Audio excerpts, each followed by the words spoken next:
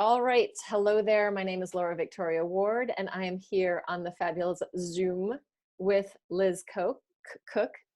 And we are here to talk about movement and resources and getting bigger and things that we find interesting. So, here we go. bang. So I have a question for you, because I have taken a lot of workshops with Liz, and we have offered a workshop together, and we're offering another one soon. And I am incredibly impressed by your energy level. Like, you seem unstoppable, because not only have I been in the workshop with you, I've been outside of the workshop, I've been post-workshop driving in the car to the airport with you. I've been in all these different situations, and I just see a powerhouse, like, going and going and going. And I've never seen you in like, whoa, that was intense. I'd have never seen that happen. So does that happen? Actually, intense is a word that I used to use when I was young. Everything was intense. I mean, it just, like, that was my favorite word. Not that I like intense, I don't. I don't know. I feel vital. I feel at this point in my life, I'm just really vital. I mean, I think you would have found me that when I'm raising my children and, staying up nights and, juggling all of that. But in this point in my life, it's creativity, right? And that's what's driving. And also, I'm happy to be alive, Yeah. I can honestly say that I'm very happy to be alive. So I'm really savoring at this point in my life. So yeah. So I take good care of myself. I go to bed early, sleep long, or sleep as much as I need. I wake up with the birds. I eat well, but I don't really have a regime. I play a lot and Yes. And well, like this morning, I got up at dawn and I got on my cruiser, which I borrowed from my friend Alice. And of course, we're in shelter in place here. And I rode around at dawn around the neighborhood, and I'm listening to all the birds, and I'm figuring out, I haven't been on a bike for a lot of years, and I'm thinking, oh my God, I could still ride a bike, So I'm on this bike, and I'm thinking, I wonder if I could let go of the handles. And no, I'm not wearing a helmet, but I'm also not in the city. I'm riding around the neighborhood, just like I did as a kid. So it's really bringing me back to my kid. So I think, being my kid. I'm being my kid. That's one of the keys in my life as well. I've been climbing. I started pole dancing just before, when I turned 50. I was like, I got to do something. My grip strength isn't that great. I want to be stronger in my upper body. My lower body is iron. Well, that's a horrible way of fluid iron. It's a lava flow. But my upper body's always been not quite so strong. Yeah, the octopus. Yeah. So I started pole dancing. And then with this shutdown of being in spaces with other people, I'm like, I can't lose my grip strength. And I have a beautiful maple tree outside. So I have been climbing in the maple tree and dancing with the tree, letting myself get upside down, playing different things, trying different, but playing like a little kid in a tree. My mom came out, she goes, oh, I used to play in trees like that. So I think, like, that's one thing we both share, that need to continue playing. And I feel like it's been, and you talk about it without wearing a helmet. It's that idea of the danger level, like, oh, it makes it exciting. I'm in a tree. Like, what could happen? But I have to say that since I've been pole dancing and developed the strength, I don't feel scared up there. I used to climb the tree and just climb up and stay kind of vertical and hold on. And now I climb the tree, I get upside down, I hang, I swing. And it's really wonderful. It's like, and I can feel the connection to another living thing, that I have this partner. Beautiful. It's this tree that's partnering me, which is super fantastic. Super. I'm going to back up, because back to this question about resources that I was asking you, I did notice as you were talking, you are in a flow. You're in a fluid, your body is in that, what I want to say is kind of a continuum movement of rippling and waving. Like, you're not sitting still, there's motion. And I noticed it, especially when you were talking, that there was a very multidimensional pattern of movement happening. Yeah, I just feel like I mean, one of the things we were going to talk about, is our class. And one of the things that I want to explore is this frozenness of the spine. And, there's the trauma piece that people notice that they're frozen, but there's also the fitness piece Big time. of we've embodied this idea of the steel spine, right? Instead of this fluid river that has a force and an expression and a life to it. And I unfortunately don't have a tree to climb, but I have a tree, a big oak tree that I have a swing hanging from. And I notice when I get on the swing, I do what I did as a kid. I go backwards on it. Remember hanging backwards on a swing and looking at the world upside down? Yes. I mean, that just opens everything. It opens your heart. It opens, your lungs. It opens perception. It's just so freeing. I feel like the kid in me is just, Yes. I just, yes. yes, Yes, yes. It's one thing that I when I'm dancing and like using the floor and the walls and the couches around me as these partners and changing perspective, like things look really different when you're here. And actually, what's going on in there? Like, and actually, because we're in this time now where I'm rehearsing with my dance company on Zoom. And so we're thinking about like, oh, how does it look if something comes in from here? Like, what if one person's hand up there, another person who's in another corner, like just the way that we perceive, and how do we play with this? Yeah. And which leads me to another question. And that is, what do you think is different? Because I experience you very differently than I do the other people in the somatics world. And I mean, I have a lot of Titans that I have studied with, that I love, that are amazing. But for somehow, our connection is very different and very nourishing for me. So I'm wondering for you, thank you. Yeah. What is different, do you think, in coming from a conceptual art background compared to the dance world, the fitness world, I don't know, the yoga world, whatever, wherever people come from, where they land in somatics, or, awareness based in the body. Let's just go with that as what a sort of definition for somatics is. Yeah, I think it's different though. I mean, I don't know because I only know what I know, right? And so my experience in myself is that how I think, like I've always loved to move, but I've never liked formal forms of movement. Okay, I just don't have any impulse to take a dance class, for example. Or it's not that I don't love dancing. Right. I just don't necessarily want to shape it, and I've never have wanted to shape it. So that is something I know about myself. And I know that I tend to, rebel in whatever way that somebody wants to shape me. So, I've never fit in very well. I don't really believe in belonging, which is a concept that's very holistic, but is like not what because belonging is a word that means somebody doesn't belong. Yeah. Otherwise, we just are. Yes. There is no belonging there. So I have a way of being curious that doesn't fit any mold. So I've never trained with anyone. And I find that many people come in through by having teachers. And it's not to say I've never had teachers, but I've never gotten involved in a dedication to a particular program or system of learning. And there may be limitations that I, incur because of that, but there's also something about tracking your own organism. I don't mean just alone, but in the context of what does it need next? What do I really want to do now? Rather than someone telling me what I should be wanting to do or what might be the best way to do this. I don't have that. I mean, I don't know why. I mean, I could talk a lot, probably why, but it's just like, it's an impulse of no, thank you. Yeah. It's just like a no, thank you. So I don't know. But what I do find with that is that I don't have to hold somebody else's information and present it in a certain way. Right, right. Many people are trained and they're part of their professional work is to emulate or bring forth someone else's work. Yeah. And I don't have that.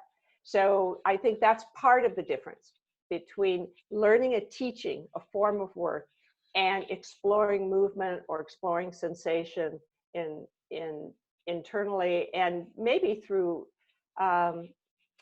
various methods, but and honoring those people who've created those methods, but not necessarily that it should stay in that, but kind of, I think because that that's all also, movement comes out of something, right? It yeah, comes from exactly. And yeah, I totally hear you on the following somebody else's rules business. Like, not a fan, like, but at the same time, I do love a lot of form-based, like I've been dancing ballet my whole life. Yeah, I But I've know. I also, watched you yeah, do ballet up in New York, and I was like, "Oh my God, look at she's like really in that. Like I totally love it. Like, she's I a love point fucking work. ballet dancer. Look at that." You know, like it was just funny because I knew you in other contexts, you know, and then you put on your tutu and you did it. It's, yeah, it's very fun. With I feel, humor, though. I felt like oh there was yeah. a little bit of like sarcasm in that dance, but okay. Yeah, But there's always humor, sarcasm, all the things, all the possibilities. yeah, Yeah, and I feel like, I mean, I've taken a lot of trainings on how to do yeah, something, and then I don't follow through with becoming a certified teacher because I don't want to teach their system. Like, an right. alive system is coming from us, and I feel like that's really changing right now in the somatics world. I feel like there's much more openness to, oh, let me teach you what I know. Whoever you are, whoever I am, let's play together in this space and see. It's an open space, right? I feel like it's opened up. It's not somebody biting so hard onto their knowledge that, this is my system and nobody should use it. But like, oh, this is my system. Please use it, share it. It's good for human bodies. Like, that's so important right now. Like, Yeah, we all need that resource. We all need to be able to go, I own this information, right? Inside here, all of the stuff in here is mine. It's mine. I can share it. I can say, this is my experience. Like, the whole phenomenological, like Husserl and all those Swedenborg, all those people that were moving towards owning your experience. yeah. I feel like there's a shift in the world right now. So that, I have a question about that for you. What would you like to see more of in this world of embodiment, somatics, all that? What would you want more? Um, I agree with you. I think there's a lot going on, and I want to preface by saying, for those people who have spent time really refining an art form or a skill, you know, I kudos, because I think that also has a, the Zen art of doing something is a beautiful. I mean, I admire it. I honestly can't do it in many ways, but I honor it, and I have attempted at times from a spiritual point of view to see if I could follow. You know, so I have actually challenged myself on that. You know, at this stage of my life, it's also a stage because at different points in your life, you want information. You want to go and gather information. You want to learn a skill, and you want that art of the skill, not just, oh yeah, I know how to do that kind of work here. Right. Let me do it. Because to anybody who's really spent years refining, as you know, a movement or a art form or some kind of skill, you know, somebody says, oh yeah, that looks easy. No, it looks easy because that person has spent years refining their capacity to do that. So just to put that into context, but then at some point you break out of that. And I think at my age, I'm in the, it really doesn't matter, you know, and especially right now, you know, we all can feel, you know, the death march, you know, is on. So it's kind of like, okay, what is most vital here in this moment? You know, and how do I want to spend my time on earth? Like, what is it to be alive? What does it mean to me? I've been contemplating that today, because I was thinking about both the mundane, you know, how I used to feel like the mundane was like, oh gosh, I have to do this stuff so I can go do this stuff. And Mm-hmm. then I'm like, oh no, but the mundane is my life, right? You Mm-hmm. know, if I fall down dead in the next moment, you know, is it how I put my socks together that matters? You know, like Right. how I decide to fold them. Like that art, life is an art form. Yeah. it is the form. It Yes, is yes. the art. It Yes, is yes. the expression. So that's the only thing I see, is that I like to gather people together who are curious, who want to kind of play, but who also want to participate and co-create. It's Yes, not yes, like me yes. standing up there. I think it has to do with the shift in having someone stand up there and says, I know the answer, I know how to teach this, and here, and you all listen, and then we do it. Versus people who already have developed something, and now it's how do we interact in this? And and that's what we do when we play together. It's Yeah, not, totally. yeah. Yeah, I mean, it's so fun. And what I love also, what I love about you is A, you're going to surprise me. B, it's going to be a little bit dangerous and risky. Yeah, and it's like, and it's so not what I But would have thought of is doing. it Well, really? it just, I mean, well, it depends on who you are. And one thing that I think is similar for both of us is that I don't think either of us are coming here for healing.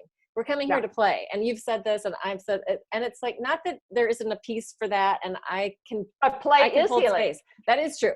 And play is fun. Play is learning. It's the best way to learn. Yeah. And to me, like, that's like the dance bit and the forms, like, it's fun to learn something. And to me, the harder the thing is, the more I'm like, yes, I can do that thing. It was hard. Like the pole dancing. It took Yeah. me forever to be able to like feel like I could do things. But I forever love for me that. is a very literal thing. Yeah. It's different than other people's forever. My forever's 2 weeks, and I'm like, ah, like, Yeah. No, I agree. And I would like a little more of that, maybe, whether that's discipline or whether that's focus, or, a willingness to know that the gratification, but also the desire that you have to to see if I can do this. I I feel like that the ability to do that and not freak out or to not know, um, is an art form in itself, or at least enough resiliency. So, I mean, my mundane morning was to get up my new router and modem so I had internet. we did the And same thing here. yeah, Yeah. and because my part of mine died, and so I'm on the phone with this woman, but she's persistent in figuring out what the problem is, and so we ended up having a discussion about how, and she said, well, I was stubborn as a child, and I said, no, it sounds like persistent to me. Yeah. Like stubborn is kind of a negative, like, I'm not going Yeah. to do that, you can't Yeah. make me, versus like, no, but there's more to this, there's more to this. And she said, oh yeah, I used to be an editor in a newspaper, and so I Oh, had to ask a lot of questions, so that comes really in handy, because I keep asking myself questions about, like, so why isn't this working, and why doesn't that, and I just adored this. By the end, I just like was raving about, my internet service, because this woman was, because she was willing to like pursue something, but she did it in a very, very interesting way, because to her it was play in a way. yeah. It was It's intrigue. interesting. It That's was it. intrigue. It was Yeah. like, I don't, I know there's a piece to this I don't understand. It's kind of like, Yeah. how do I make this happen? And for me, normally I'd be like, who can I get over here to fix my contraption here, because I don't want to do this. I want to go Right. do something else, right? But I knew that nobody was coming, and that I had Right. to just sit here and figure it out. And I mean, so I mean, I had fun talking to her. I mean, it's like anything could be fun. And so even if it's hard work, or the challenge of trying to be able to, develop a muscle, or the strength in your hand, or whatever, I think it's the key is the play piece. It's the curiosity, is the, can I do this? Is the not putting yourself down, no shame involved. It's about the juice. It's about the Mhm. juiciness, about trying something and seeing. And I know I'm going to end up riding that bike without my hands. Yes. Yes.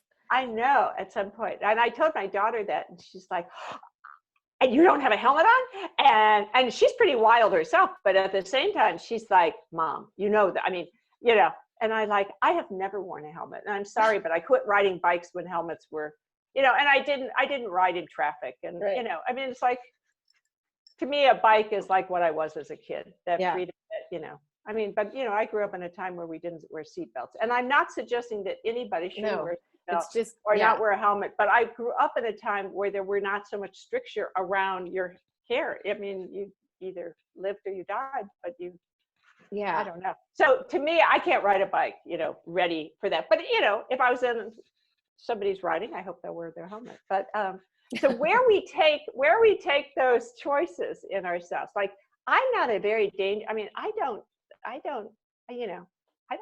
challenge myself that much. So so that's that boundary of what you're saying about, like, when we were talking before. It's interesting. Yeah. And this is, so yeah, we are going to do our workshop on getting bigger, or finding how we can, the revolution will be moving. How can we show up? How can we get bigger? Yeah. Well, and also, how do we get smaller? And how do we fit? Yeah. Where we need to How do we fit into the world? And where do we make, one of the concepts I'm working with right now is, where do we make ourselves smaller to seem like we're the bigger person? Oh, that's what, yes.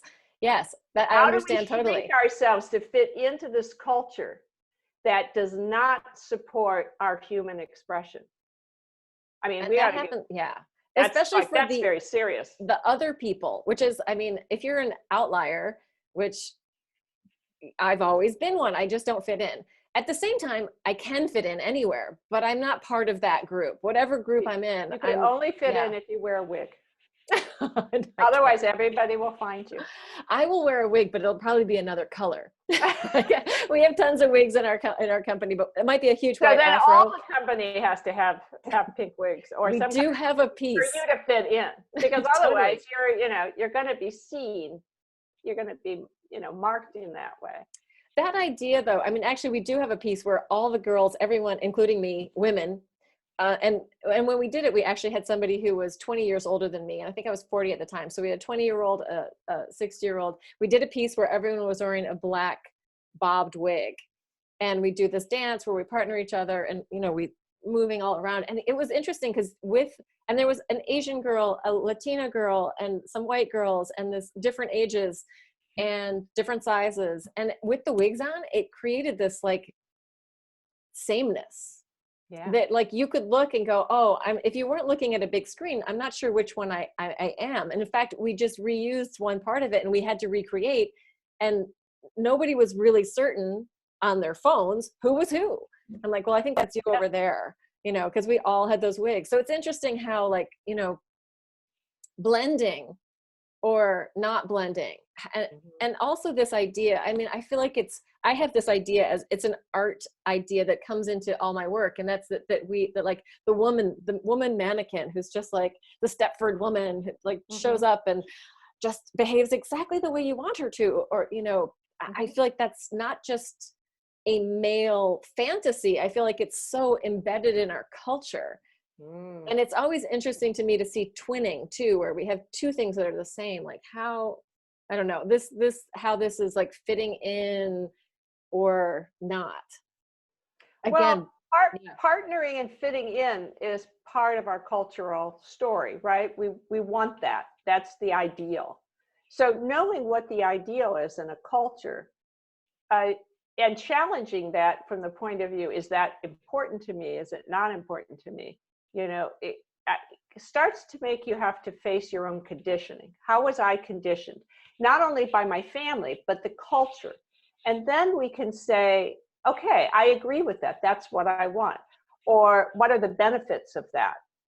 What did I give up to have that? I mean, you can start questioning, and it's the questioning that you're not supposed to ever do.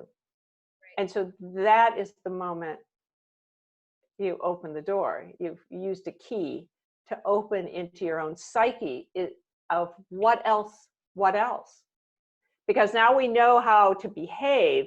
That's supposed to give you the perfect life, or the acceptance of the perfect life.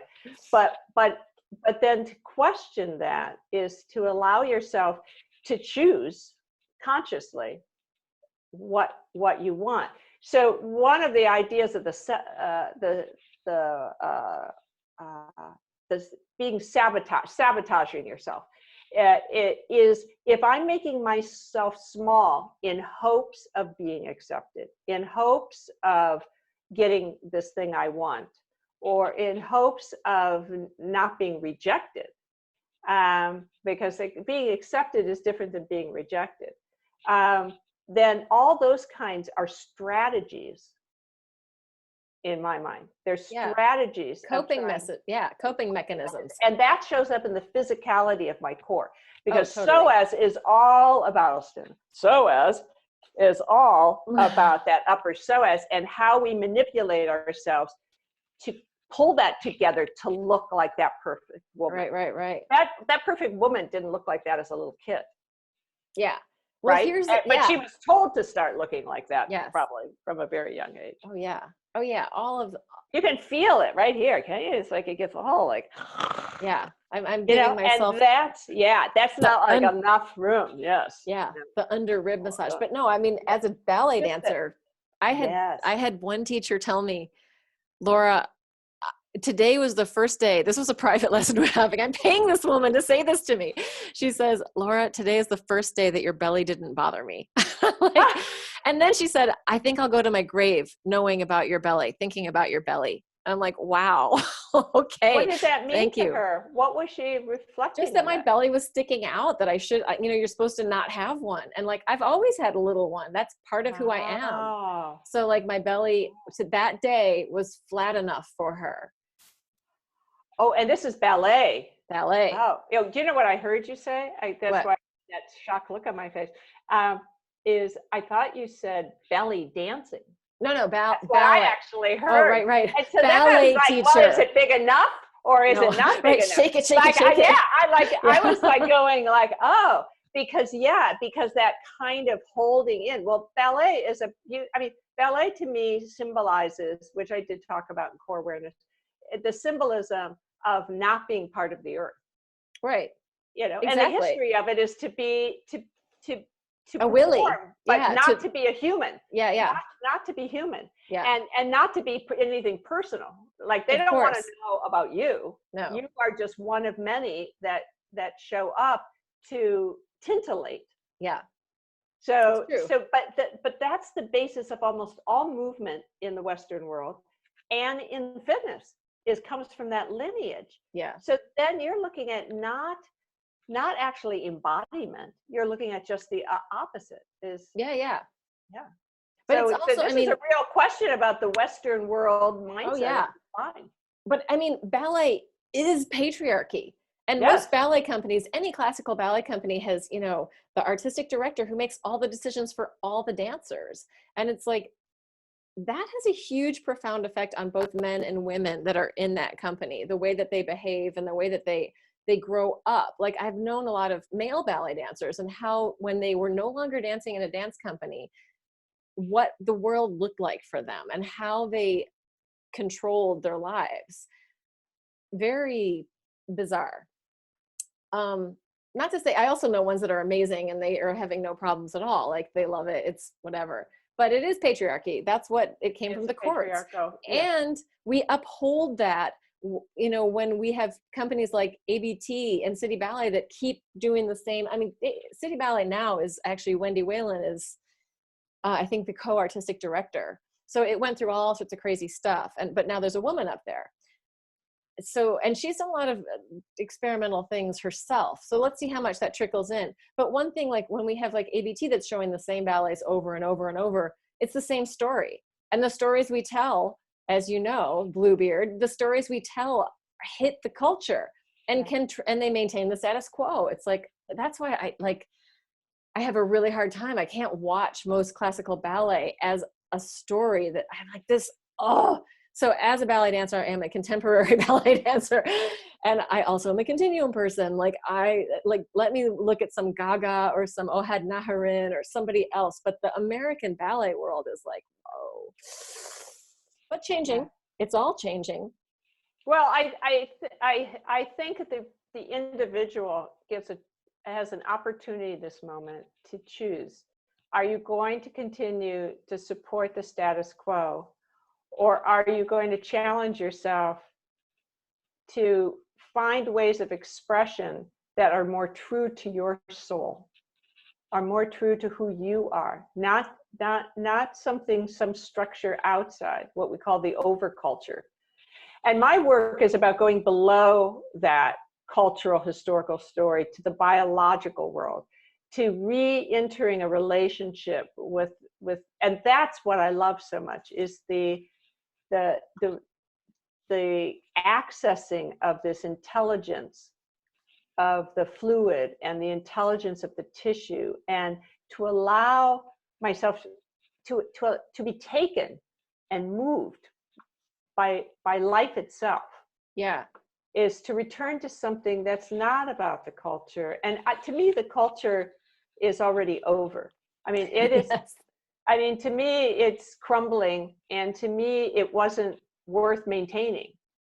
You know, the patriarchal world is done. We know that. And in my lifetime, I might not see what's going to come out of the fertility of the earth, but we know the earth will rejuvenate, you know, and there will be change. And the time has come. It's been way too long. You know, we are out of tipping balance.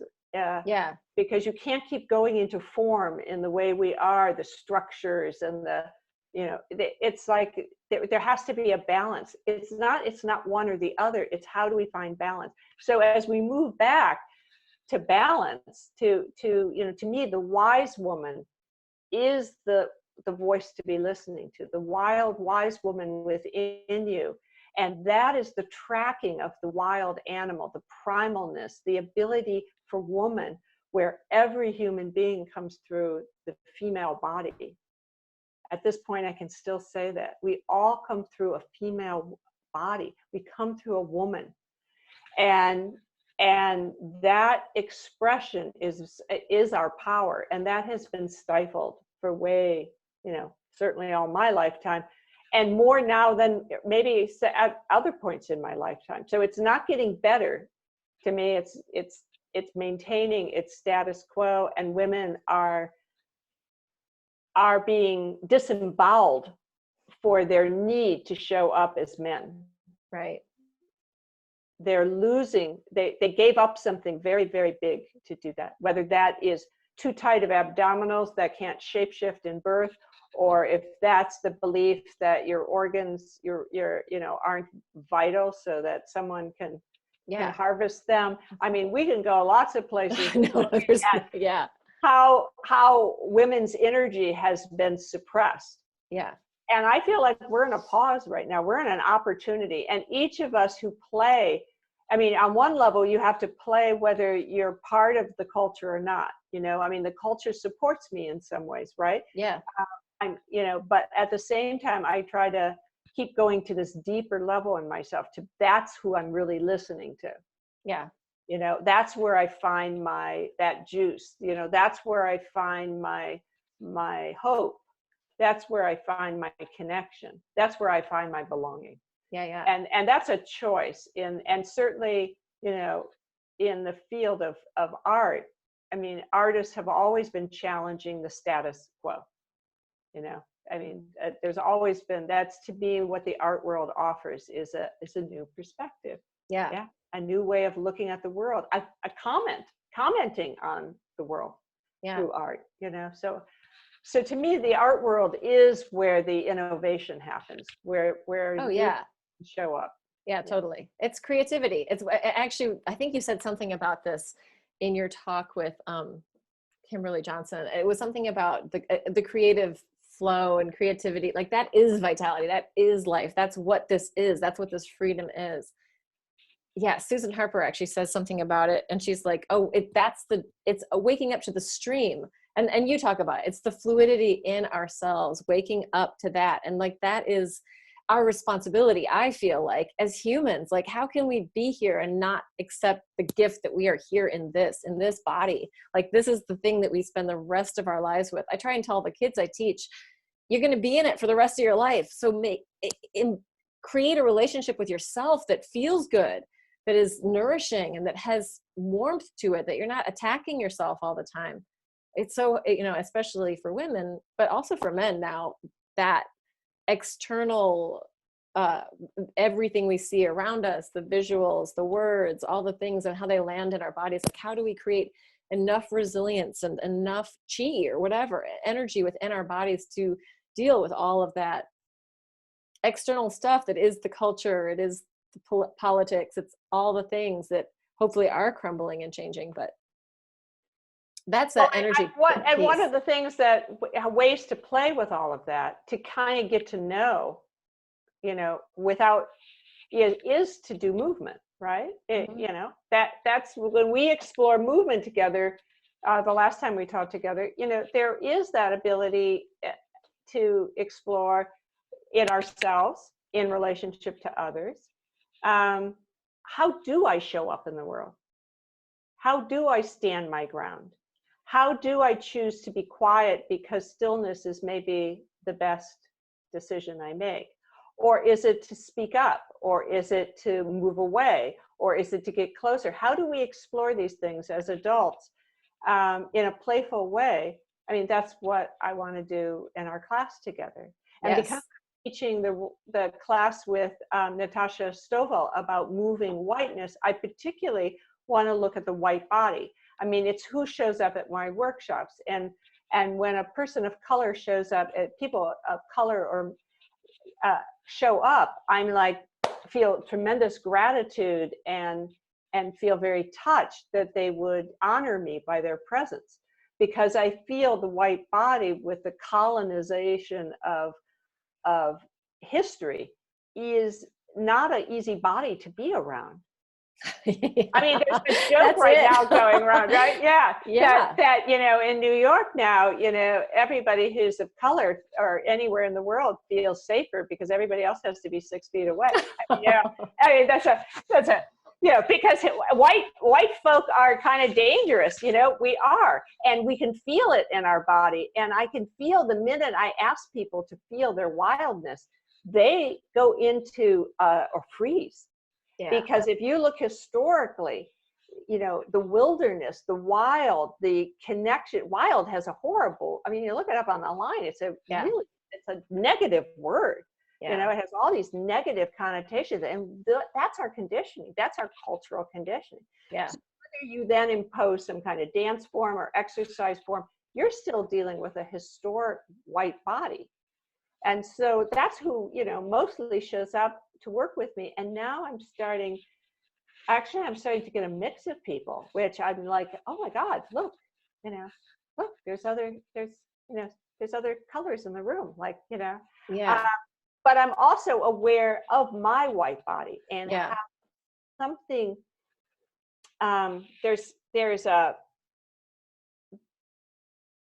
is a, I want to use the word sterilization in a way, heightening a kind of sterility in me that I know is connecting to earth isn't mine, but it's in me.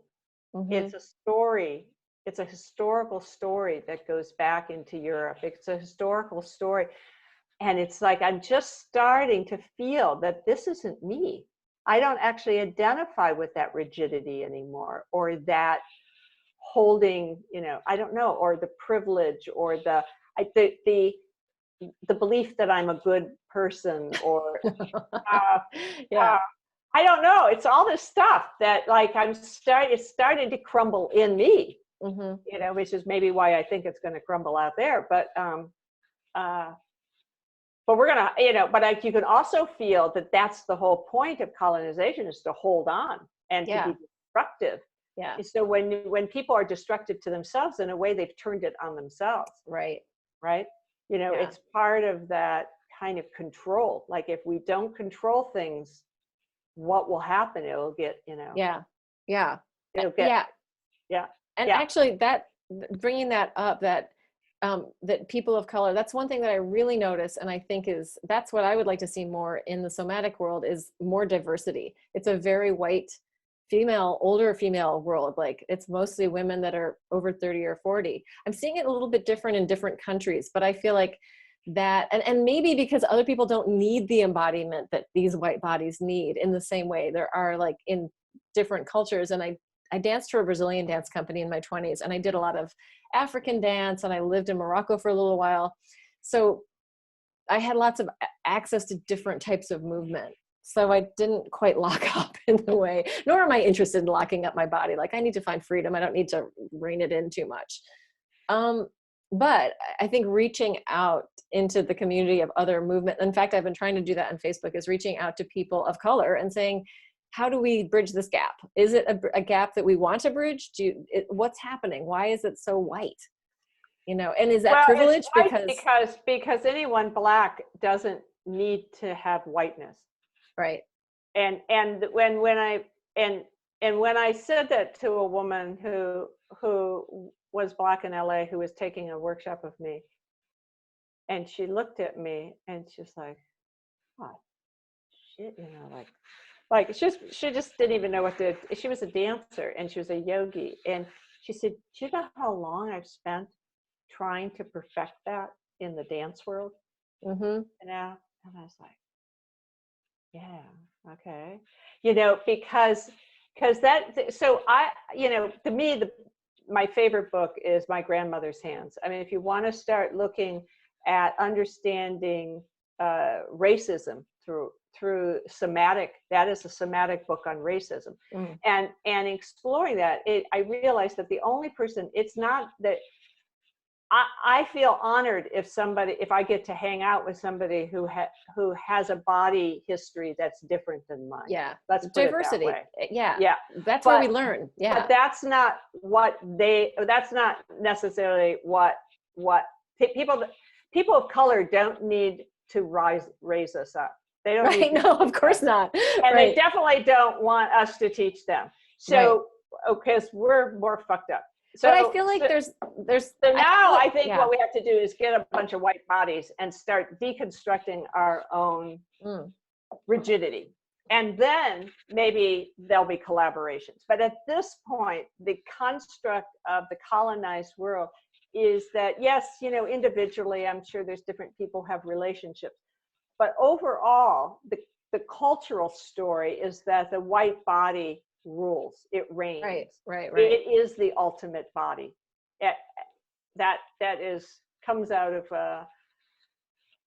Resma's Mannequin's book on My Grandmother's Hands. It is the highest standard to achieve. And so to reject that, to say no more, that is not what I am looking for, is their work. And my work is to deconstruct that story. Oh, that's great. I don't have a race. That's, you know, that is the frozen body, to believe that, you know, I don't have color. You know, I might not have any soul, but I definitely have a color. Yeah. Yeah. I'm white, and my history is from, you know, like, you know, I mean, maybe whether you go way back to the DNA, you know, I come from a Black village, but the organism that I have, or is the DNA that I have, or the way that my makeup is of who I am, and the stories I carry in this tissue, is a story of colonizing. Yeah. Whether that's my family coming to this country. So without looking back, without turning around, and knowing that I'm carrying a burden that's not my personal burden, but nevertheless, it's my responsibility. Right. That's a great way of putting it. Yeah. And I think that what I'm seeing like now happening a little bit more in the somatics community is this idea more of a circle than the dominant leader, master telling everybody how it is and what they should be feeling. But, you know, I took this, I've been taking a lot of continuum classes and workshops with Mary Abrams, and she talked about the epistemology of movement, and that like the first layer is like really body as object from the outside. It's separate, right? Body, mind separate, the whole Cartesian split. And then like it starts to integrate slightly. And so the first level is this total objectification, second level, and I can't remember exactly what they are, but one of them is like, oh, well, this is what we do to the body, and this is how we work the body. And then the next level is, oh, the body is this dynamic thing that we can work in these other ways with, but still it's from the outside. And then the final one is like, the body's an inquiry. We really don't know. It's different all the time. Every day is different. And like, if you're in that space, which coming from your artistic background and the art world, you are in the question. You don't know what you're going to make, right? What am I going to paint today? I don't know until there's some splatter around on the paper and then I see it. But I feel like that's one of the big things that being in the unknown, and it's hard. It's like the hierarchy of needs. Like you can't always get from 1 to 10 without extensive time spent in reflection and meditation or physical understanding and questioning always at every layer. What am I getting out of this? What's this for? Why? What feels good here? What feels bad here? You know? So I think that for me, that lineage of understanding that, like, oh, at this questioning level, so many things can be different. I'm not going to tell you what your body feels like. And I'm so not interested in telling people what's going to happen in their bodies, but I do still like some fitness stuff. So when I'm teaching, I try to incorporate, here's some form-based exercises, and now here's some freedom, and let yourself express in whatever way feels necessary, like really listen in. But I want to hit the people that are in level 2 and level 3, ready to come towards level 4 of, what is this? What are we experiencing? How free can we be in here? Well, and I think it's, I mean, I want to switch the idea that you are in a body. Mm-hmm. Okay, because I think that's one of the levels that needs to dissolve. So everybody's talking about either I'm not in my body or I am embodied, or right. And that's bullshit. You are, in my mind, you are, just to own it. You are the elements. You don't get to manifest here without body. Mm-hmm. Unless you believe in ghosts, or you believe in, I don't know what, outer space. I don't know. If there's some other way to show up here, there might be. But I'm not into entities too much. I'm just trying to stay focused on the fact that I actually showed up here. And so, what does this all mean? Mm-hmm. Like, why am I here? What is this about? Like, why did I come here? Or how did I get here? Yeah. Or where do I go when I leave? Or but while I'm here, I am this tissue. Mm-hmm. This is me. Yes. I am, and not only is it me, it's a whole bunch of other organisms, right? Mm-hmm. So if I have more bacteria in my gut than I have human cells, then the question is, who am I? Yeah. In quite a, and so I am the earth. I am manifesting here as an organism. Mm-hmm. And there was a great article I just put up by a guy I've never read before, but I just, loved, he was talking about death, the fact that we are going to, and all life, keep collapsing in and coming out, emerging. And, humans have tried to solidify our existence in some way that makes us, feel safer, right?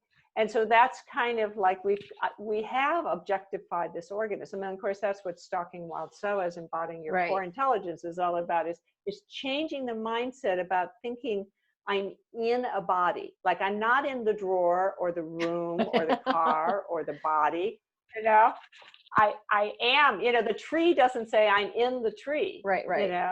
You are the tree. You are like, the body. Yeah, I am the river. It's like, that is the I am. It is. So how to access that? And once you access that, then there is, like, you begin to, then you're being moved by life. So your movement isn't about, like, to me, I hesitate towards the flailing, towards the self-expression. That's, I mean, it's fine, but could you do that, in the privacy of your home or something? Like, that's how I feel about it. Like, I can't go to classes like that where people are self-expressing. It's just so disturbing to watch. It's just like, I don't really, I don't know, it feels very personal to me. It's not to say you couldn't dance around your house that way, but when I see people being free, I don't find that freeing at all. I find it disturbing. So I go into kind of like a, And yet, I feel like in your workshops, you hold space for people to do whatever they're going to do. I mean, yeah. I do. But you notice people don't do anything too weird.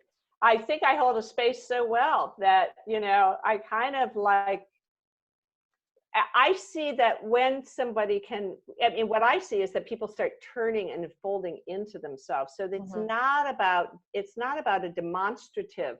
It's not to say that you couldn't do that or you couldn't perform in that way, but it's not performative. Right. It's experiential. And so the experiential has an authenticity to it that doesn't make it look weird. I do have to say though, it's one of the reasons why looking at most photographs of people who are doing continuum, I find very disturbing. And I love continuum movement. But it's like, that moment that is caught on camera is not a good moment most of the time. Right. I mean, Emily was a beautiful woman and she made it look good. But, but all the rest of us, not so much, it just doesn't really, like, I don't look at that and go, ooh, gee, I want that. It doesn't sell well. Because it's so interior. It's not performative. It's inside. And what's happening inside could be so amazing. Yeah. But that's in the interior. It's kind of in the privacy of your own interior. Yeah.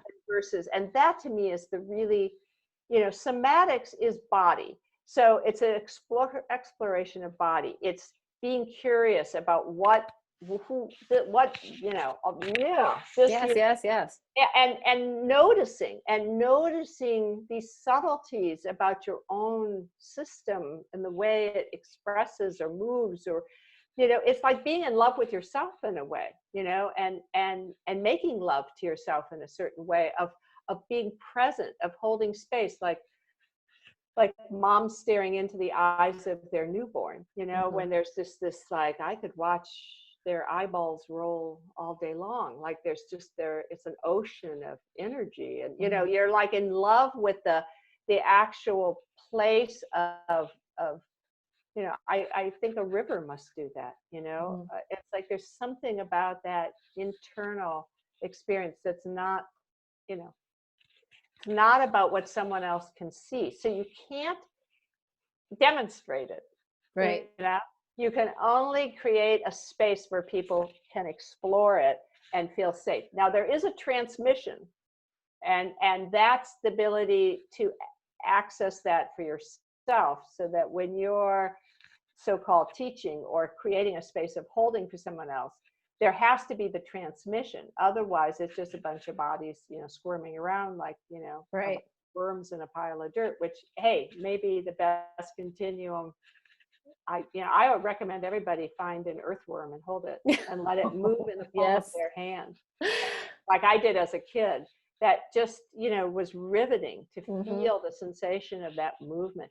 That is what we are, that kind of undulating. That's what tissue does.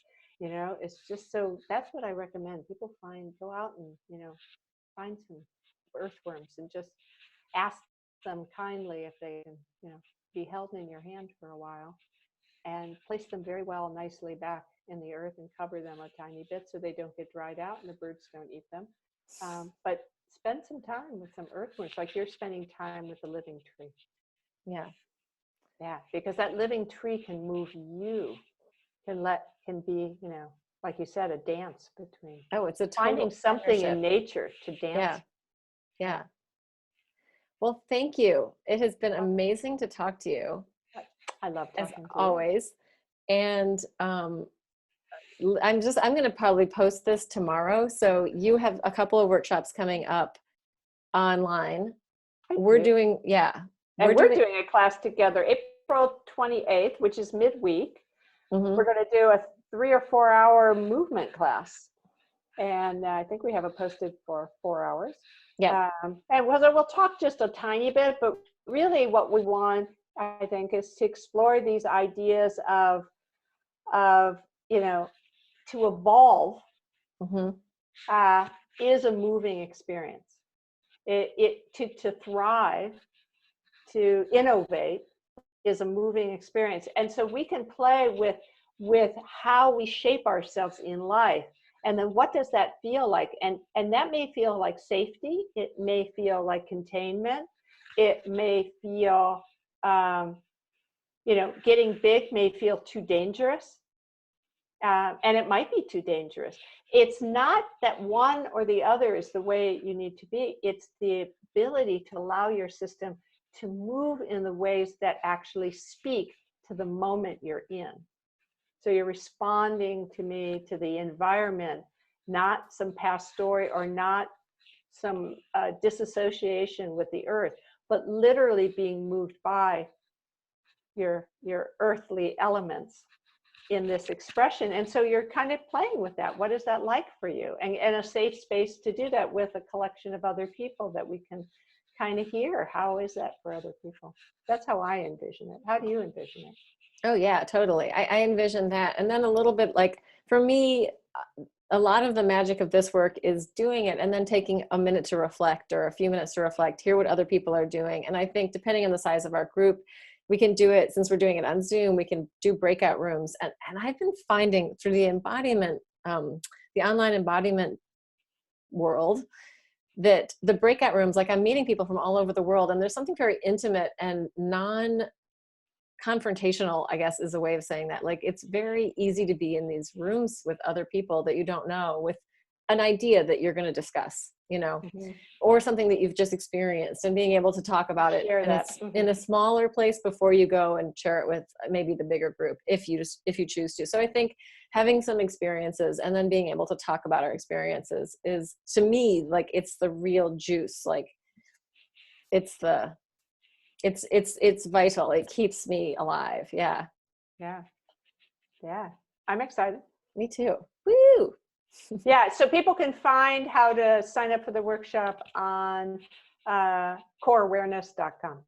And I will include links under this. So this I will upload onto YouTube, and there will be links underneath for Liz's site for this workshop, perhaps for the other workshops, and for my emails or my I have my website.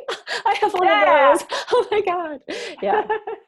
So amazing. It's been great to talk to you. Thank you so much. Always. Thank you so much for inviting me.